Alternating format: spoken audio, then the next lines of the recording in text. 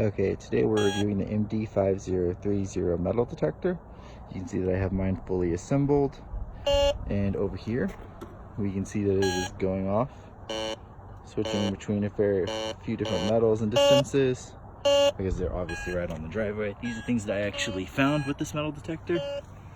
So there is a couple of cans. This one on the right looks like a modern can. The one on the left is obviously very old. And then that piece is some kind of shard of what I believe to be aluminum. So I found these in my backyard, in this field right here. You can see it goes on quite a ways.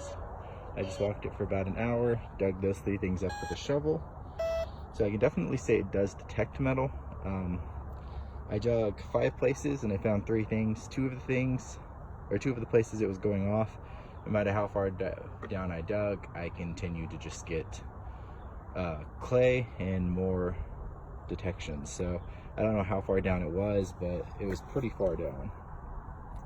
But like I said, I can attest to the fact that it does detect metal, as I found these 3 things on different spots. This one was maybe 5 inches below the surface.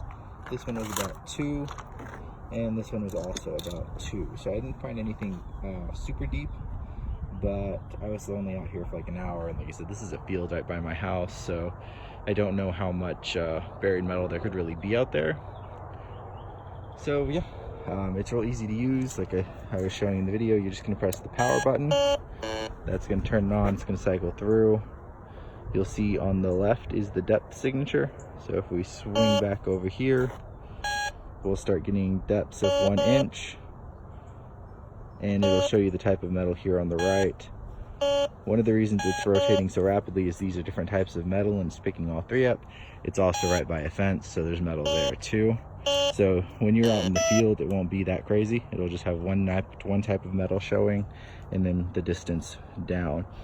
When it says 5, that's not necessarily 5. It could be deeper than that. The others have appeared to be accurate.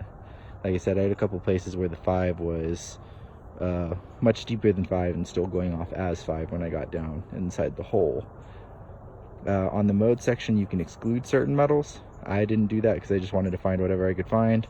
Obviously, you're supposed to wear headphones with this. I did not because I have Apple devices and don't have any headphones that will fit this. So considerations: headphones that will fix this, and a shovel you can carry around easily.